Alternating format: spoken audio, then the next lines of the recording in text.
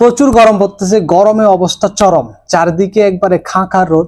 Office বলেন, আদালত বলেন, রাস্তাঘাটে বলেন, বাসে, মাঠে, কোনো জায়গায় শান্তি নাই, এত যে গরম।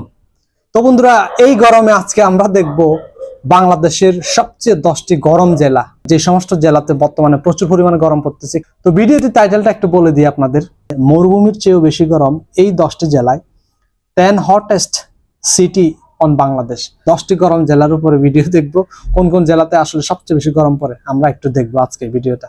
তো চলুন আমরা ভিডিওতে চলে যাই, দেখি আসলে কোন কোন জেলাগুলোর কথা এখানে বলা হয়েছে। Let's go. চুয়াডাঙ্গায় টানা 4 দিন ধরে দেশের সর্বোচ্চ তাপমাত্রা রেকর্ড করা হয়েছে। রোদ্রের তাপে খোলা ছাদেই ভাজা যাচ্ছে ডিম। আজ মধ্যপ্রাচ্য বা আফ্রিকার যে কোনো শহরের চেয়েও বেশি বাংলাদেশের রাজধানীর তাপমাত্রা। গরমের তীব্রতা এতটাই বেশি যে সূর্যের তাপে গলে গেছে রাস্তার পিচ। প্রচুর গরম, রাস্তার পিচ উঠে যাচ্ছে। গরমকালে প্রচুর পরিমাণে গরম পড়ে, আর শীতকালে এত পরিমাণ শীত পড়ে যে শীতের জন্য থাকাই যায় না। এমন শীত যে ছোটন কাকা, আপনারা চেনেন কিনা জানেন না, যদি ওনার ভিডিও হয়তো আপনারা দেখেছেন যারা আরএনআর চ্যানেলে। বাংলাদেশে এমন কিছু জেলা রয়েছে যে জেলাগুলোতে আপনি গরমের জন্য থাকতেই পারবেন না। উত্তর রোদের কারণে প্রচুর গরম, প্রচুর। এই জেলাগুলোকে বাংলাদেশের সবথেকে গরম জেলা বলা হয়। গরমের সময় এই জেলাগুলোতে এত পরিমাণ রোদ পড়ে যে আপনি রাস্তাতে কোনোভাবে বের হতে পারবেন না। কিভাবে সম্ভব ভাই, এই তাপমাত্রাতে অবস্থা খারাপ হয়ে যাচ্ছে। আর আপনি যদি ভুলেও এই জেলাগুলোতে চলে যান তাহলে আপনি ডিম্পোজ হয়ে বাসায় চলে আসবেন। তো বাংলাদেশের সবথেকে গরম জেলা, দারুণ কথা বলেছেন, জানতে হলে ভিডিওটি শেষ পর্যন্ত দেখতে থাকুন। তো 6 নম্বর অবস্থানে রয়েছে ঢাকা। আজ মধ্যপ্রাচ্য বা আফ্রিকার যে কোনো শহরের চেয়েও বেশি বাংলাদেশের রাজধানীর তাপমাত্রা। গাছপালা নাই, কি করবে, তাপমাত্রা তো বাড়বে।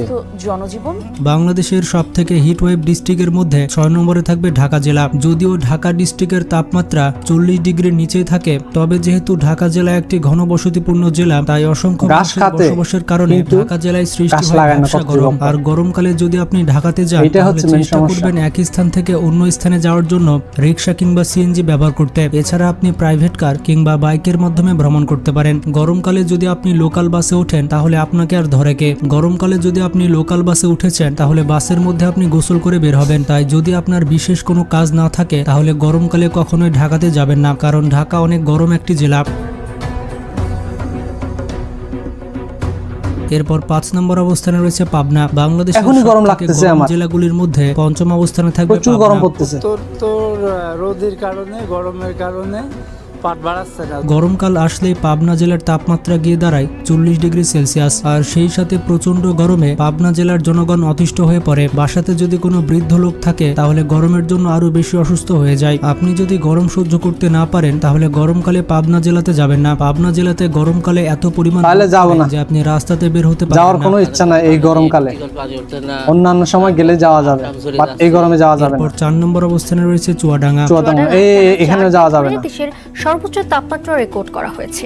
বাংলাদেশের সবথেকে গরম জেলার লিস্টে 4 নম্বর অবস্থানে রয়েছে চুয়াডাঙ্গা। গরমকালে এই জেলাকে বলা হয় হিট ওয়েভ ডিস্ট্রিক্ট। গরমকালে এই জেলার জনগণের জীবন একেবারে অতিষ্ঠ হয়ে যায়। এই জেলাতে তাপমাত্রা বৃদ্ধি পেলে জনজীবন একেবারে বিপর্যস্ত হয়ে পড়ে। তাছাড়া ঘন ঘন লোডশেডিং তো রয়েছে। ঘন ঘন লোডশেডিং এই গরমে যদি আবার লোডশেডিং হয় তাহলে কথাই নাই, মানুষ জীবিকার কারেন্ট চলে যায়, বের হতে পারে না, আবসা গরম থাকে, খোলা ছাদেই ভাজা যাচ্ছে ডিম। তো বন্ধুরা, ভিডিওটিতে একটি কমার্শিয়াল বিজ্ঞাপন রয়েছে, আপনারা চাইলে বিজ্ঞাপনটি স্কিপ করে মূল ভিডিওতে চলে যেতে পারেন। হ্যালো বন্ধুরা, আইপিএল শুরু হয়ে গিয়েছে। বন্ধুরা, 1x পাঞ্জাব কিংস আর কলকাতা নাইট রাইডার্স এর ভক্তদের জন্য অসাধারণ অফার নিয়ে এসেছে। 1x এর main ambassador Kolkata Knight Riders এর বর্তমান ক্যাপ্টেন মিচেল স্ট্রাক এবং পাঞ্জাব কিংস এর বড় খেলোয়াড় শিখর ধাওয়ান।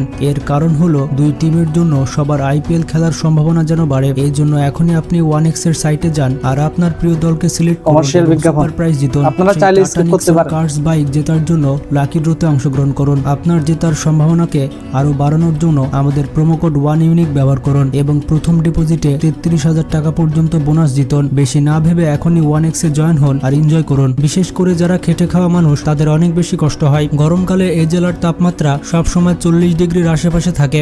সর্বোচ্চ তাপমাত্রা রেকর্ড করা হয়েছে 33-35 হলে অবস্থা খারাপ। বাংলাদেশে যখন প্রচন্ড রকমের তাপমাত্রা সৃষ্টি হয় তখন চুয়াডাঙ্গা জেলার অবস্থা হয়ে যায় খুবই করুণ। এই জেলায় অসহায় দিনমজুরের হয় বেহাল দশা। তাপ। গরমের তীব্রতা এতটাই বেশি যে সূর্যের তাপে গলে গেছে রাস্তার পিচও। ও এই বাপ রে জেলাতে বাপ, এত বেশি রাস্তার গরম পিচ পড়ে পর্যন্ত যে উঠে গরমের যাচ্ছে। কারণে মানুষ অসুস্থ হয়ে যায়। তাই আপনি যদি গরম সহ্য করতে না পারেন তাহলে চুয়াডাঙ্গা জেলা ভ্রমণ থেকে বিরত থাকুন। প্রায় 2টা-3টা পর্যন্ত প্রচুর তাপ থাকছে চুয়াডাঙ্গায় এরকম। এরপর 3 নম্বর অবস্থানে রয়েছে যশোর। যশোর 41.2 ডিগ্রি সেলসিয়াস সর্বোচ্চ তাপমাত্রা রেকর্ড করা হয়েছে। চুয়াডাঙ্গা এখানে থাকা যাচ্ছে না, আর যশোর এগুলা এই জায়গাতে লোকজন কিভাবে আসে কে জানে। গরমকালে যশোর জেলার অবস্থা হয়ে যায় খুবই করুণ। এই জেলাতে এতটাই গরম পড়ে যে শিশু এবং বৃদ্ধরা গরম সহ্য করতে আর না বাসে পারে উঠলে পাবলিক বাসে তো ফ্যানই থাকে না। হয়। গরমকালে প্রচন্ড তাপদাহে পড়তে থাকে পুরো যশোর জেলা। বাংলাদেশে অন্য সকল জেলায় গরমকালে বৃষ্টি হলেও যশোর জেলাতে বৃষ্টির পরিমাণ খুবই কম। এর কারণে আরে যশোর অবাগা। জেলার মানুষের জীবন হয়ে ওঠে অনেক দুর্বিষহ।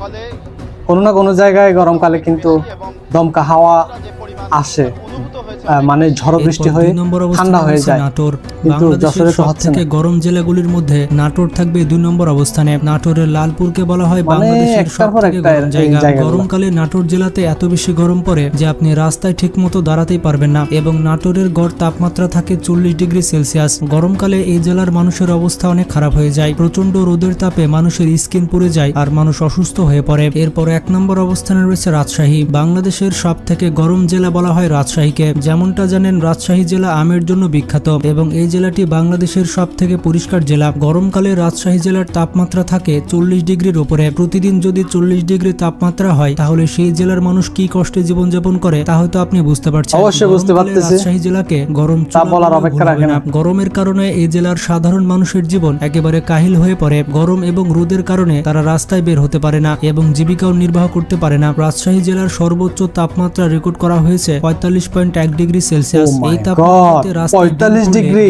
পোজ হয়ে যাবে। এত পরিমাণ তাপমাত্রা যেই দিন এই বাংলাদেশের তাপমাত্রাটা আর কোনো জেলাতে রেকর্ড করা হয়েছে, হয়নি। ওই দিন তো যারা যারা গরম সহ্য করতে লোকজন পারেন না তারা গরমকালে রাজশাহী ভ্রমণ না জানে থেকে কি বিরত অবস্থায় থাকুন। ছিল। তো বাংলাদেশের সবথেকে গরম জেলা কোনগুলি তা তো আপনারা দেখতে পেলেন। আপনি কোন জেলাতে বসবাস করে থাকেন এবং আপনার জেলার তাপমাত্রা কত সেটি কমেন্ট করে জানাতে ভুলবেন না। আপনাদের কমেন্টের মাধ্যমে বোঝা যাবে যে কোন জেলার তাপমাত্রা সবথেকে বেশি। ভিডিওটি ভালো লাগলে বন্ধুদের সাথে শেয়ার করতে পারেন। অবশ্যই এরকম শেয়ার করবেন। ইন্টারেস্টিং সব ভিডিও পেতে আমাদের চ্যানেলটি সাবস্ক্রাইব করে পাশে অবশ্যই থাকা বেল চ্যানেল আইকনটি ইউনিককে ক্লিক করে দিন। তো সাবস্ক্রাইব ভালো করে থাকবেন, দেবেন। নিজের খেয়াল রাখবেন। আল্লাহ হাফেজ। তো বন্ধুরা বুঝতেই পারতেছেন আজকের ভিডিওটা এই গরমের থেকে অনুভব করে এই ভিডিওটা একটু দেখলাম, আপনাদের সাথে শেয়ার করলাম আমার ফিলিংস। বেসিক্যালি আমি যে জায়গাতে আছি ওই জায়গাতে গরম পড়ে, বাট এই ভিডিওতে যে জায়গাগুলো দেখানো হয়েছে ওই রকম গরম না। আবার গরম পড়ে, মোটামুটি গরম পড়ে। রাত্রে আবার কারেন্ট চলে যায়, এইটা হচ্ছে মেন সমস্যা। বুঝতেই তো পারতেছেন এই গরমে কারেন্ট চলে গেলে কিভাবে ঘুমাবেন আপনি, সাথে আসে মশা। মানে বাস্তব যে পরিস্থিতি আমি ওইটাই আপনাদের কাছে বলতেছি।